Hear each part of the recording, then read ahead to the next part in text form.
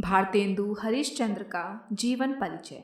आधुनिक हिंदी साहित्य के पितामह भारतेंदु हरिश्चंद्र का जन्म 9 सितंबर 1850 को काशी के एक प्रतिष्ठित वैश्य परिवार में हुआ। उनके पिता गोपाल चंद्र एक अच्छे कवि थे और गिरधर दास उपनाम से कविता लिखा करते थे।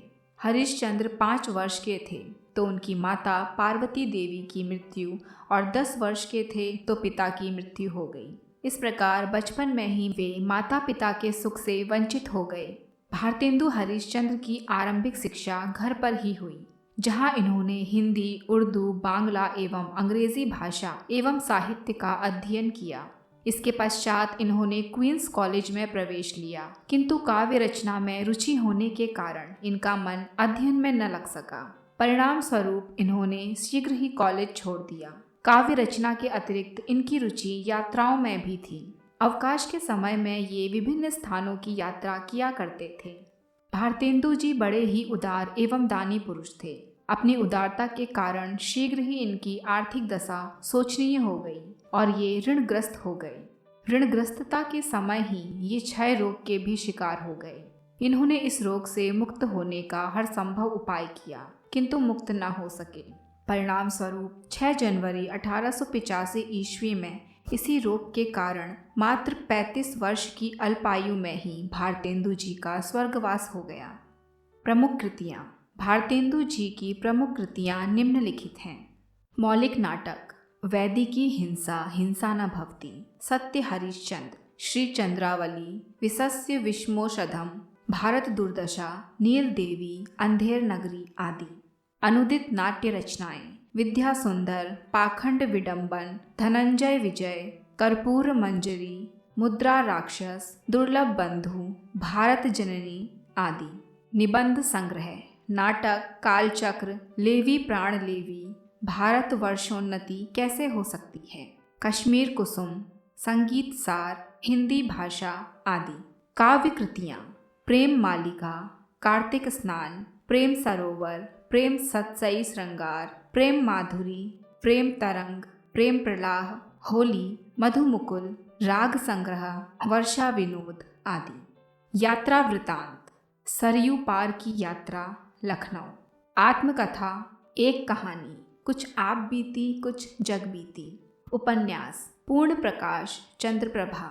साहित्यिक परिचय। भारतेंदु बहुमुखी प्रतिभा के धनी थे। 15 वर्ष की अवस्था से ही भारतेंदु ने साहित्य सेवा प्रारंभ कर दी थी। 18 वर्ष की अवस्था में उन्होंने कवि वचन सुधा नामक पत्रिका निकाली, जिसमें उस समय के बड़े बड़े विद्वानों की रचनाएं छपती थीं। वे 20 वर्ष की अवस्था में ऑनरेरी मजिस्ट्रेट बनाए गए और आधुनिक हिंदी साहित्य के जनक के रूप में प्रतिष्ठित हुए। उन्होंने 1873 में हरिश्चंद्र मैगजीन और 1874 में स्त्री शिक्षा के लिए बाल बोधिनी नामक पत्रिकाएं निकाली। साथ ही उनके समांतर साहित्यिक संस्थाएं भी खड़ी की। वैष्णव भक्ति के प्रचार के लिए उन्होंने तदीय समाज की स्थापना की थी। राजभक्ति प्रकट करते हुए भी उन्होंने अंग्रेजी शासन के तथा कथित न्याय, जनतंत्र और उनकी सभ्यता का पर्दाफाश किया। उनकी लोकप्रियता से प्रभावित होकर काशी के विद्वानों ने 1880 में उन्हें भारतेंदु, भारत का चंद्रमा की उपाधि प्रदान की। साहित्य सेवा के साथ साथ भारतेंदु जी की समाज सेवा भी चलती रही। उन्होंने कई संस्थाओं की स्थापना में अपना योग दिया।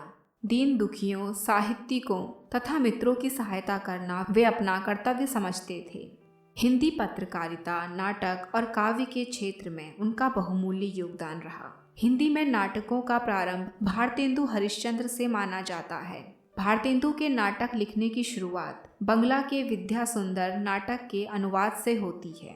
यद्यपि नाटक उनके पहले भी लिखे जाते रहे, किंतु नियमित रूप से खड़ी बोली में अनेक नाटक लिखकर भारतेंदु ने ही हिंदी नाटक की नींव को सुदृढ़ बनाया।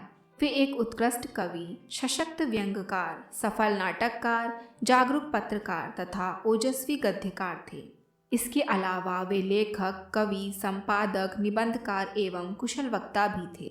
भारतेंदु जी ने मात्र 34 वर्ष की अल्पायु में ही विशाल साहित्य की रचना की। उन्होंने मात्रा और गुणवत्ता की दृष्टि से इतना लिखा और इतनी दिशाओं में काम किया कि उनका समूचा रचना कर्म पथदर्शक बन गया। भाषा शैली। भारतेंदु के समय में राजकाज और संभ्रांत वर्ग की भाषा फारसी थी। वहीं अंग्रेजी का वर्चस्व भी बढ़ता जा रहा था। साहित्य में ब्रज भाषा का बोलबाला था। फारसी के प्रभाव वाली उर्दू भी चलन में आ गई थी। ऐसे समय में भारतेंदु ने लोक भाषाओं और फारसी से मुक्त उर्दू के आधार पर खड़ी बोली का विकास किया। आज जो हिंदी हम लिखते बोलते हैं वह भारतेंदु की ही देन है। यही कारण है कि उन्हें आधुनिक हिंदी का जनक माना जाता है। केवल भाषा ही नहीं, साहित्य में उन्होंने नवीन आधुनिक चेतना का समावेश किया और साहित्य को जन से जोड़ा। भारतेंदु जी के काव्य की भाषा प्रधानतः ब्रज भाषा है। उन्होंने ब्रज भाषा के अप्रचलित शब्दों को छोड़कर उसके परिकृष्ट रूप को बनाया। उनके गद्य की भाषा सरल और व्यवहारिक है। मुहावरों का प्रयोग कुशलता पूर्वक हुआ है। भारतेंदु जी के काव्य में रीतिकालीन रसपूर्ण अलंकार शैली, भावात्मक शैली, व्यंग्यात्मक शैली और उद्बोधन शैलियों के दर्शन होते हैं। जीवन परिचय के विषय में अधिक जानकारी के लिए सामने स्क्रीन पर आ रही प्लेलिस्ट को देखें।